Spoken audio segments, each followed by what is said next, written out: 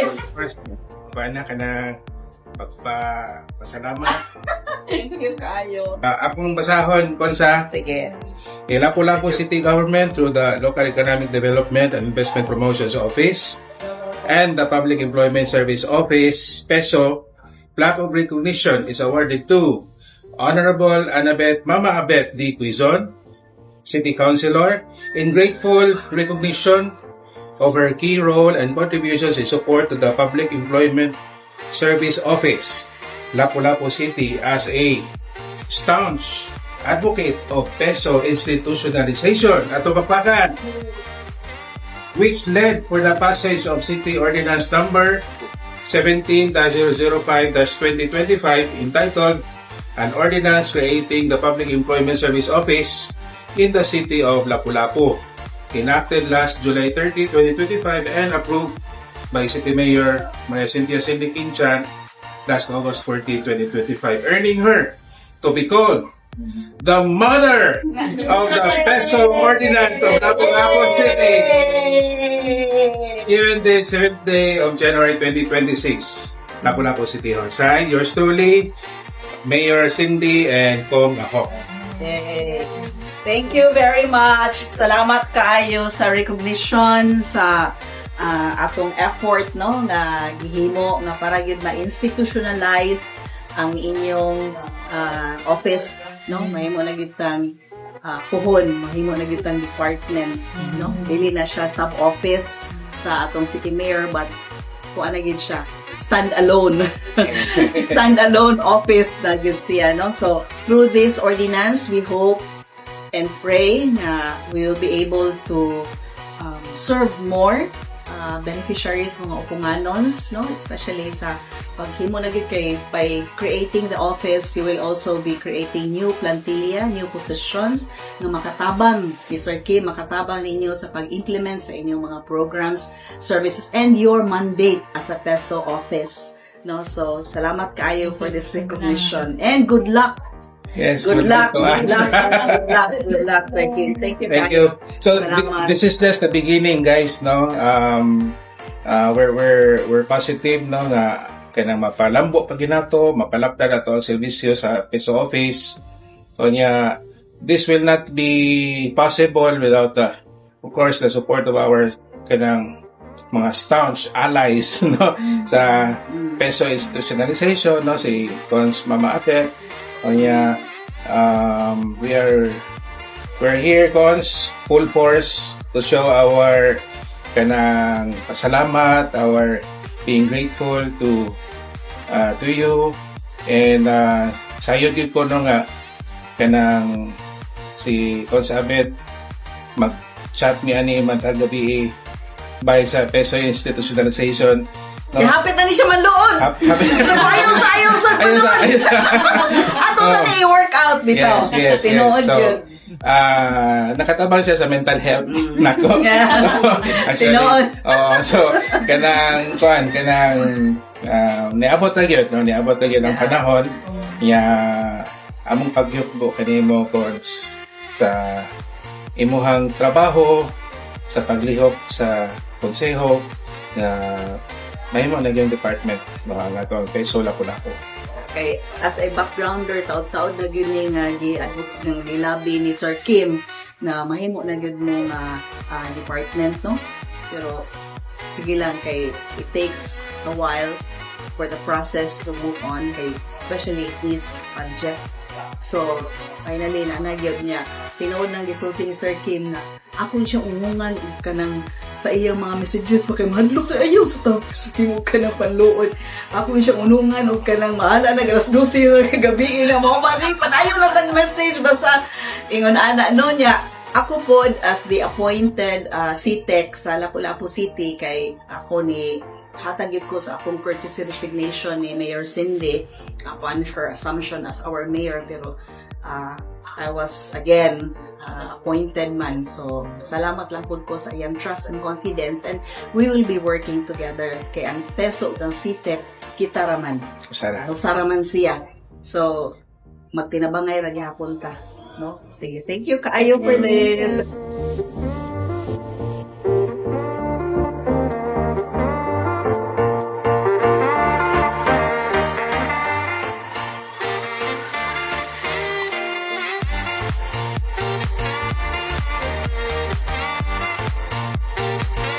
So, Gons, ang buhay ng kasahon, ang special nga plaque of recognition. Lapu-Lapu City Government through the Local Economic Development and Investment Promotions Office and the Public Employment Service Office, PESO. Plaque of recognition is awarded to Honorable Celestino Tino C. Aying, City Councilor, Chairman of the Committee on Labor and Employment, in grateful recognition of his key role and contributions in support to the Public Employment Service Office, for PESO, Lapu-Lapu City, as a staunch advocate of PESO institutionalization and proponent of Resolution number 17-0150-2025. He is responsible for the passage of City Ordinance number 17-005-2025 entitled An Ordinance Creating the Public Employment Service Office, PESO, in the City of Lapu-Lapu, enacted last July 30, 2025 and approved by City Mayor Mayasinia Cindy King Chan last August 14, 2025, earning him to be called the father of PESO Ordinance of Lapu-Lapu City. Given this 7th day of January 2026 at Lapu-Lapu City Hall. Signed, yours truly, City Mayor Ma'am Cindy and Kong Ahong. Congratulations. Salamat, sir. Cons, okay? Thank you so much, sir. You deserve. Resolution commending Mr. Kim R. Francisco for his exemplary leadership and outstanding service as head of Public Employment Service Office, PESO, of the City of Lapu-Lapu. Whereas, it is declared policy of state as provided under Republic Act number 8759, otherwise known as the Public Employment Service Office Act of 1999, to promote full employment and equality of employment opportunities for all by strengthening and expanding the existing employment facilitation service machinery of the government, particularly at the local levels. Whereas, in the City Ordinance number 17-005-2025, an ordinance creating the Public Employment Service Office, PESO in Lapu-Lapu City, serve as vital arm of the local government in promoting gainful employment, livelihood opportunities, and manpower development for constituents of the City of Lapu-Lapu. Whereas, Mr. Kim Francisco, as the head of the PESO office, has demonstrated unwavering dedication, integrity, and commitment to the office mission of providing efficient employment facilitation and labor market service to the people. Whereas, under his leadership, the PESO office has successfully implemented numerous employment programs, job fairs, labor initiative, and partnership with both public and private sectors, significantly improving employment opportunities within the city. Whereas, Mr. Francisco holds and is slated to hold prominent leadership position in the public employment service sector, including serving as president of the League of PESO Managers Cebu Chapter 2025-2028. 3 years ni pa, no? The Regional President of PESO MAP Central Visayas 2026-2028 and National Board of Trustees of PESO MAP 2026-2028, demonstrating his commitment and influence in employment facilitation governance. Whereas Mr. Francisco, as the PESO manager, has led the Lapu-Lapu City PESO to achieve remarkable and consistent excellence, evidenced by receiving the top performing PESO office and PESO manager in Region 7 award from the Department of Labor and Employment, Dole Region 7, for 5 consecutive years. Taas na ganun mga award na kaya. Thank you, Brad. Fiscal year 2020 through fiscal year 2024, alongside numerous special regional awards for superior performance in key areas such as job placement, utilizing the PS system, labor market reporting, and establishing barangay PESO, in addition to securing national finalist recognition from Dole and multiple mayor special awards from the local government unit. Whereas the Sangguniang Pangusod of the City of Lapu-Lapu recognizes the valuable contribution and remarkable performance of Mr. Francisco in uplifting the lives of many through his work in PESO office. Now, therefore, on motion of this representation, duly seconded by Honorable Kilmaco Montortato Jr. and Honorable Arian Neil Yap, resolved as it is hereby resolved to commend and congratulate Mr. Kim Francisco for his exemplary leadership at sa bakbakan Assigning public service and unwavering dedication in elevating the Lapu-Lapu City Public Employment Service Office to a nationally and regionally recognized standard of excellence. So further, that a copy of this resource, of course, ato yato sa mayor o sa atong kugihan kayo si Mr. Trabo. Pre, congratulations, pre.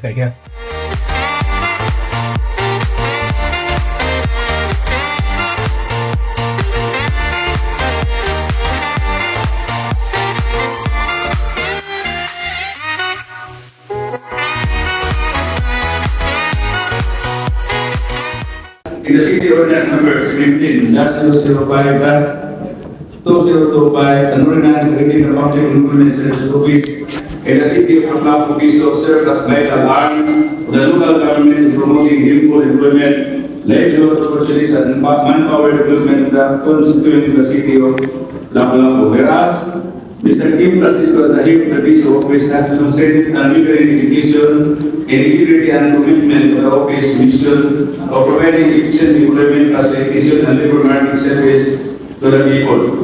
Whereas, under his leadership, the Piso office has successfully implemented numerous employment programs, chapters, livelihood initiative, and partnership with both public and private sectors, significantly improving employment opportunities in the city.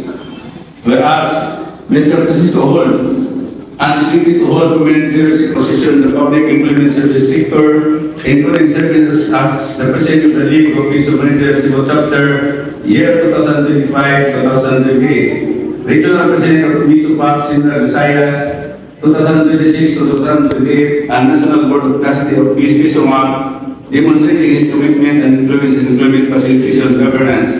Whereas Mr. Francisco the Piso Manager has a lead that allows the city to achieve memorable and social excellence, evident by receiving the top performing Piso Office and Piso Manager in the 7th award from the Department of Labor and Employment in the 7th Office for 5 consecutive years, fiscal year 2022 through fiscal year 2024. Alongside numerous special regional awards for superior performance in key areas such as job placement, utilizing the P system, labor market reporting and establishing Barangay Pisos in addition to securing a national finalist recognition from DUL and multiple mayors award from local government unit. Whereas the Saruniang Paluso of the city of Lapu-Lapu recognizes the valuable contribution and remarkable performance of Mr. Francisco in affecting the lives of many through his work in the Piso office. Now, therefore, on motion of this resolution to this candidate by Robert Climaco Motoratoy and Ryan Neil Maria, resolved as it is hereby resolved to commend and congratulate Mr. Kim and Francisco for his disciplinary leadership, outstanding public service, and unwavering dedication in elevating the Lapu-Lapu City Public Employment Service Office to a nationally and regionally recognized standard of excellence. The sole part of the copy resolution being furnished to the office of the City Mayor, Honorable Representative City King Chan, and to Mr. Kim Francisco for resolution and report approved. By Honorable Vice Mayor Dr. Secretary Siroy, of course, the City Council, and Honorable Mayor Maria City King Chan.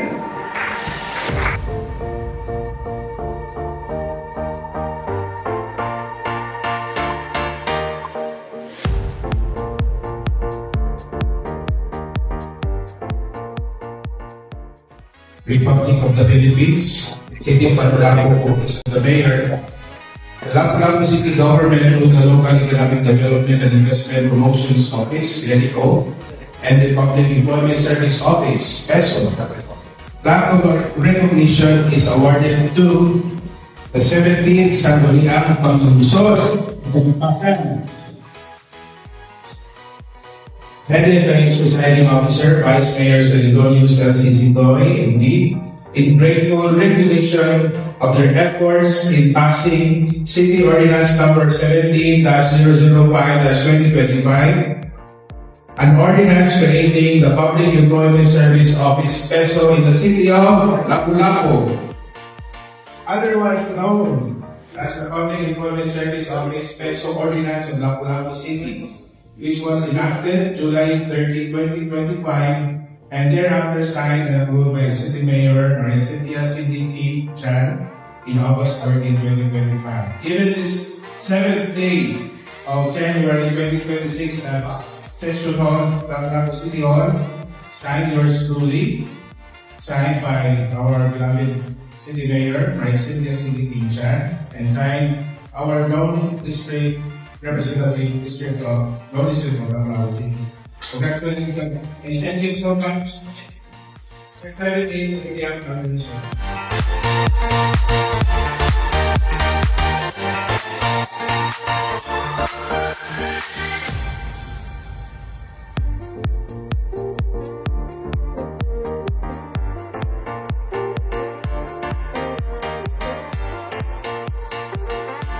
Thank you. Thank you. God bless.